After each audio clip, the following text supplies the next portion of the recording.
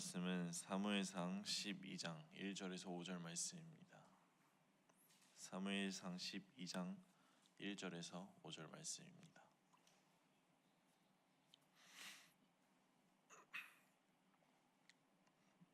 함께 한 절씩 교독하도록 하겠습니다. 사무엘이 온 이스라엘에게 이르되 보라, 너희가 내게 한 말을 내가 다 듣고 너희 위에 왕을 세웠더니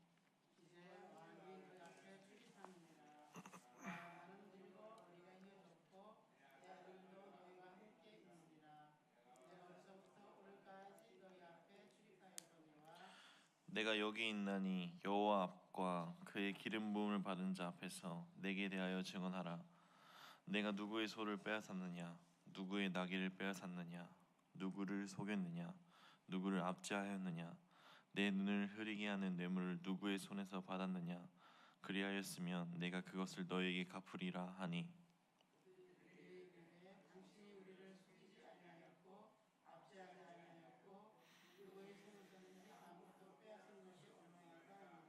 합독하겠습니다. 사무엘이 백성에게 이르되 너희가 내 손에서 아무것도 찾아낸 것이 없음을 여호와께서도 너희에게 그의 기름 부음을 받은 자도 오늘 증언하느니라 하니 그들이 이르되 그가 증언하시나이다 하니라. 아멘. 오늘도 새벽을 열고 하나님 앞에 나와 하나님께 예배드리는 성도님들 마음속에 주님의 은혜가 함께하기를 소망합니다. 속담 중에 이런 속담이 있습니다. 털어서 먼지 안 나온 사람 없다. 누구나 옥에 티는 있다. 다들 아시겠지만 이 말은 누구에게나 감추고 싶은 약점이 있고 또 누가 봐도 정말 완벽해 보이는 사람도 흠이 있다는 것입니다. 오늘날 많은 사람들은 누가 봐도 완벽하고 능력 있는 사람이 되고자 합니다. 하지만 말처럼 능력 있고 누가 봐도 빈틈없고 완벽한 사람이 되는 건 참 쉽지가 않습니다. 오히려 겉으로 드러내지는 않지만 속담처럼 남들에게 알려지기 껄끄러운 상처와 약점 그리고 부끄러운 죄들을 숨기면서 살아갑니다. 그렇게 아슬아슬하게 살아가다 미처 그 문제들을 해결하지 못하고 상처들을 회복시키지 못하고 또 죄를 회개하지 않은 상태에서 자신의 약점이 드러나고 상처가 미처 아물기 전에 다시 그 상처와 약점이 건드려지면 큰 좌절에 빠져서 큰 어려움을 겪는 것이 사람입니다. 제일 좋은 것은 나의 발목을 잡는 것들을 만들지 않는 것이 제일 좋은 것이지만 사람이기에 그리고 우리는 연약하기에 알게 모르게 지은 죄들과 실수 또 죄인 것을 알면서도 자신의 욕망을 충족시키기 위해서 지은 죄들로 스스로 해치는 것이 사람입니다. 말씀 속의 사무엘은 진실하고 공정한 사사이면서 요셉과도 같이 정직하게 생활한 이상적인 인물로 성경에 기록되어져 있습니다. 사무엘상 12장은 이제 사사시대에서 왕정시대로 넘어가는 시기에 사무엘이 이제 이스라엘 백성들에게 고별 인사를 하는 말씀을 담은 이야기입니다. 여기서 우리가 함께 봉독한 1절에서 5절 말씀은 그동안 사무엘이 사사의 역할을 수행하면서 그동안의 청렴하고 결백한 자신의 생활을 역설하는 내용입니다. 함께 3절을 다시 한번 합독하도록 하겠습니다. 내가 여기 있나니 여호와의 앞과 그의 기름 부음을 받은 자 앞에서 내게 대하여 증언하라. 내가 누구의 소를 빼앗았느냐, 누구의 나귀를 빼앗았느냐, 누구를 속였느냐, 누구를 압제하였느냐, 내 눈을 흐리게 하는 뇌물을 누구의 손에서 받았느냐. 그리하였으면 내가 그것을 너희에게 갚으리라 하니. 아멘. 사무엘은 자신의 사역을 평가받는데 자기가 얼마나 크고 중요한 일을 행했느냐 하는 것으로 평가받으려 하지 않았습니다. 그는 하나님의 일을 감당할 때 얼마나 깨끗하게 했느냐 하는 것으로 평가받기를 원했습니다. 이것이 세상의 잣대와 하나님의 잣대의 차이점입니다.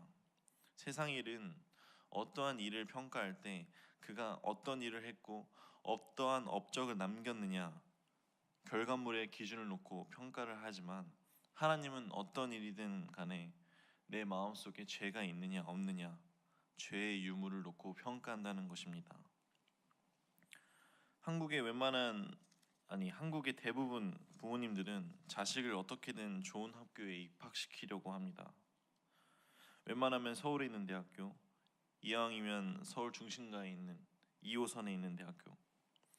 왜일까요? 이유야 수두룩하지만 좋은 대학에 가야지 선택의 폭이 넓어지고 스펙도 쌓이고 좋은 사람들도 만나고, 자, 여기서 좋은 사람들을 만난다라는 것이 있습니다. 오리 한 마리가 있습니다. 이 오리는 생김새가 너무 못생겨서 친구들에게 놀림받고 따돌림 당하고 그렇게 시간이 흘러 어른이 되었는데, 저기 멀리 백조무리가 있는 것입니다. 이 못생긴 오리는 속으로, 와, 나도 저렇게 멋진 백조가 되었으면 좋겠다. 그리고는 우연히 물에 비친 자신을 바라보았는데 자신이 그 백조였던 것입니다. 이제 이 못생긴 오리는 백조의 무리로 들어가 새로운 삶을 시작합니다. 이 이야기는 미운 오리 새끼라는 이야기로 많은 이들이 알고 있을 것입니다. 이 이야기가 하고자 하는 말은 다양하지만 오늘 말씀과 연관 있는 메시지는 환경입니다. 사람은 환경이 만든다, 환경이 사람을 만든다라는 말이 있습니다.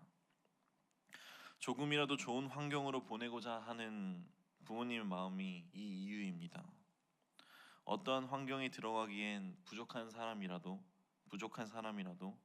그 환경에 어울리지 않는 사람이라도 그 환경에 들어가서 살게 되면 적응하게 되고 어우러지게 된다는 것입니다.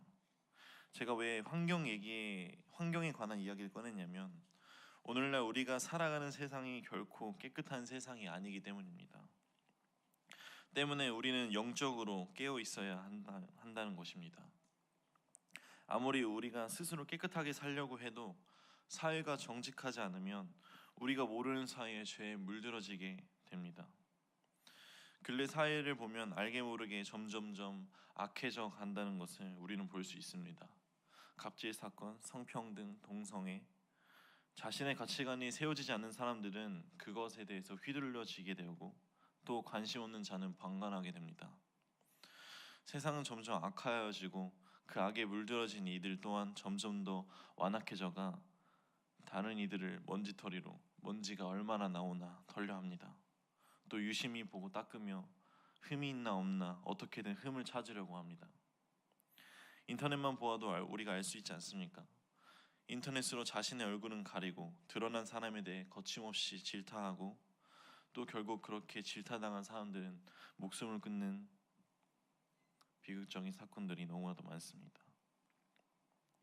우리는 이렇게 죄가 악이 아니다라고 주장하는 이 시대에서 깨어 있어야 할 줄 믿습니다. 사무엘처럼 당당하게 살아가길 소망합니다.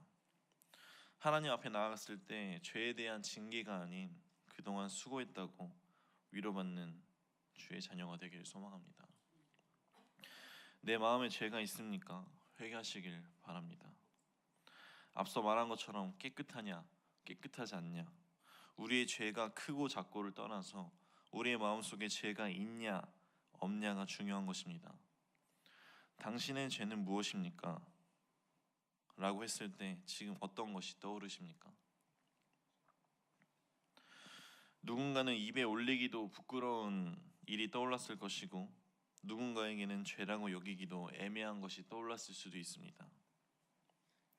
어제 생명나무 농구 동호회 때 열심히 농구를 하면서 땀을 흠뻑 내고 교회로 돌아와 씻었을 때 기분이 아주 상쾌했습니다.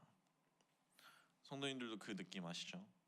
땀을 뻘뻘 흘리고 뜨끈한 물로 씻었을 때 얼마나 상쾌하신지 여러분도 아시는지 알 것 같습니다. 그런데 제가 만약 땀을 조금 냈더라면 제가 씻었을까요? 안 씻었을까요? 저는 땀이 조금 났더라도 씻었을 것 같습니다. 왜냐하면 냄새가 나기 때문이고 또 피부를 안 좋게 만들기 때문입니다. 적게 땀을 냈더라도 씻지 않으면 냄새가 나고 피부가 납니다. 피부가 상합니다. 그런데 말입니다. 우리의 죄도 마찬가지입니다. 우리의 죄도 크기를 떠나서 그 죄를 씻지 않으면 우리는 하나님의 자녀가 될 수 없습니다. 땀을 씻어내듯이 죄를 씻는 게 무엇일까요? 그것이 회개입니다. 우리가 회개할 수 있는 것은 너무나도 감사한 것입니다. 하나님의 자비하심과 은혜로 우리는 죄를 씻어낼 수가 있습니다. 때가 묵히면 벗겨내기 힘든 것처럼 죄 때야 씻어내지 않으면 씻어내기 힘듭니다. 말씀으로 돌아와서 사무엘은 이스라엘 백성들 앞에서 당당히 소리쳤습니다. 그가 당당하게 소리칠 수 있었던 것은 자신이 정말 하나님 앞에서 떳떳하게 살았기 때문입니다. 저와 우리 생명나무 성도인들도 하나님 앞에서 정말 떳떳한 삶을 살아가는 주의 자녀가 되기를 소망합니다. 이제 우리가 말씀 뒤에 함께 기도할 텐데, 오늘은 나의 삶을 되돌아보면서 정말 이런 것도 죄인가 하는 사소한 것부터 시작해서 모른 척 그리고 보기 싫었던 나의 아픈 상처들과 죄들을 하나님께 아뢰는 시간이 되기를 소망합니다. 하나님께 아뢰기 부끄러운 것들, 그리고 죄송했던 것들 하나님 다 알고 계십니다. 나의 죄를 고백했을 때 하나님이 오히려 나를 내치실까봐, 벌을 내리실까봐 두려우십니까? 하나님은 우리가 스스로 우리의 입으로 고백하기를 원하십니다. 오히려 우리의 죄를 용서해 주시고 우리를 안아주시고 우리를 위로해 주시는 하나님이신 줄 믿으시길 바랍니다. 이 시간 하나님 앞에 우리의 상처와 마음의 짐들을 그리고 죄들을 고백했을 때 주님이 우리의 상처를 치유해 주시고 우리의 마음의 짐들을 거두어가 주시고 또 우리의 죄들을 용서해 주시길 간절히 소망합니다. 또 한 가지 바람이 있다면 우리의 마음의 짐들을 그리고 우리의 상처들을 거두어간 그 자리에 죄를 용서해 주신 그 빈 공간에 주님의 사랑으로 채워지는 은혜가 있기를 소망합니다. 기도하겠습니다. 항상 나와 함께 하신 하나님, 세상이 너무나도 악하여 나도 모르게 내 마음이 죄로 물들어질 때가 많습니다. 하나님, 나의 영이 깨어있기를 소망합니다.